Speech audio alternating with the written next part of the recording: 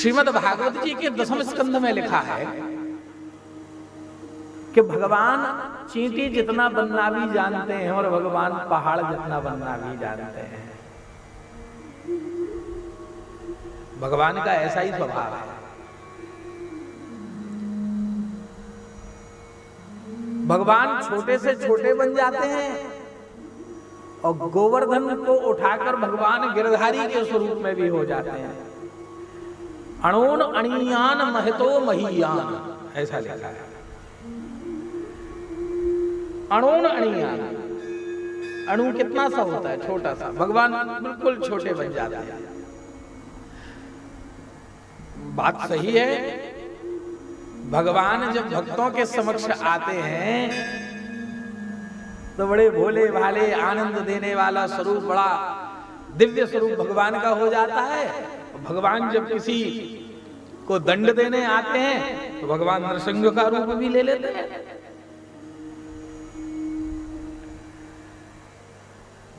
तो ये भगवान का स्वभाव है। भगवान छोटे भी बन जाते हैं और भगवान बृहद भी हो जाते हैं, बड़े भी हो जाते हैं।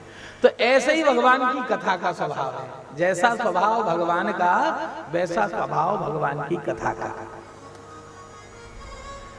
बुंदेलखंड में एक कहावत है कि कथा और मठा, मठा समझते हो ना, छाछ, बोले इनको बढ़ते देर नहीं लगती। कथा बढ़ानी हो तो 2-4 प्रसंग डाल दो, कथा बढ़ गई। और मट्ठा बढ़ाना हो तो 2 लोटा पानी डाल दो, मट्ठा बढ़ गया।